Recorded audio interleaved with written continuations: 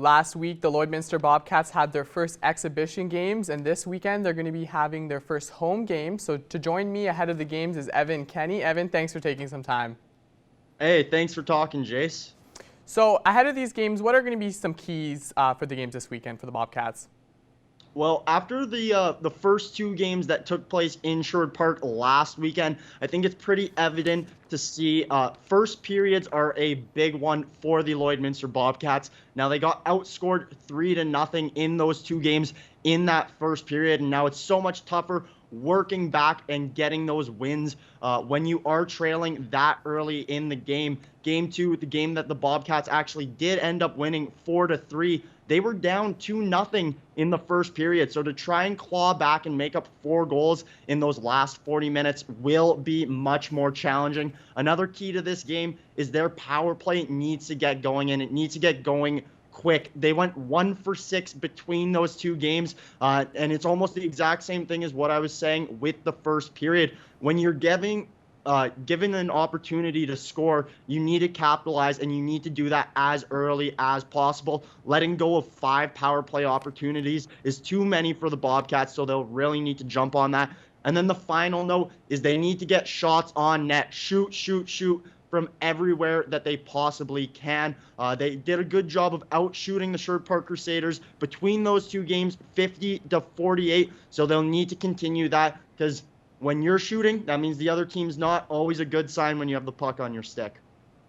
So I know it's still early in the season, but how big have rookies been for the Bobcats so far?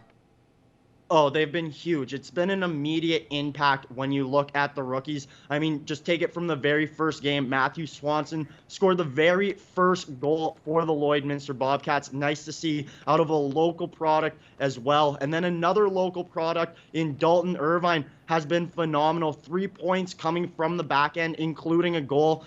Irvine went and played in the KIJHL over in BC, sort of their Div 2 junior program there. But rather than playing midget, he got some great experience, and it's really starting to show already early in the season. And then finally, Ethan Acoyne has been lights out. If you look during the Bobcats inter-squad games, plus these games with Sherwood Park, he got 2 points in that final win against Sherwood Park there, and was also named player of the game for the Bobcats. So it's just been huge getting this extra support, building along with the players who were rookies last year or new to the league/team last year. Well, it's still exhibition, but how important is it for the Bobcats to be able to start off the year hot? I mean, it's always huge. Whenever you can get a win, you want to take that, especially if we look at the Bobcats. It's been a tough last couple of years. There hasn't been a whole lot of wins coming for the organization. So to be able to pull off 1 win out of 2 games against Sherwood Park last weekend is just one step out of many that need to keep coming. Now, I've talked with Nigel a lot. Nigel Dubé, obviously, head coach and general manager for the Bobcats. And we've talked about it. It's offense that this team is lacking. But that's what it seems like they addressed in this offseason. It seems like they can get those goals starting to come, and they can keep the pucks out of their own net this season. So, I mean, obviously, getting wins early and getting off to a hot start is huge no matter what sport, what game you're playing. You never want to throw away a game. But at the same time, it is an exhibition season. You do want to work out those kinks and see how your systems can work out. So, you know, if they get the win, obviously it's a great sign coming from the Bobcats. But at the same time, if they don't get the win, there's still things that they're working on. It's still early in the season. It's not much to worry about. And before we wrap things up today, Evan, do you have any final thoughts? Yeah, just a couple final keys for the Bobcats heading into this weekend. One player that they will need to keep an eye on for the Crusaders is Matthew Savoy. Now, Savoy was the first overall pick in the 2019 WHL Bantam Draft. He was really close to being the first ever player with exceptional status in the WHL. Unfortunately for himself, he wasn't able to do that, but he still got 22 games in with the Winnipeg Ice as well in their 2 games last weekend. He got 2 points, both of them coming in the 4-3 win for the Bobcats.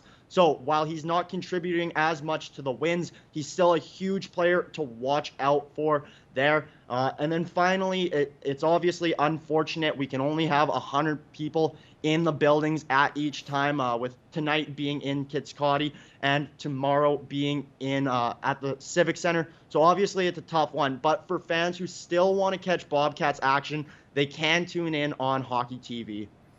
Well, Evan, thanks for that insight. Thanks for taking some time to talk with me today. And as Evan mentioned, the Bobcats are going to be hitting the ice tonight at 7:30 in Kitscoty, and then in Saturday they'll be playing here in Lloydminster at the Civic Center. Thanks, Jace.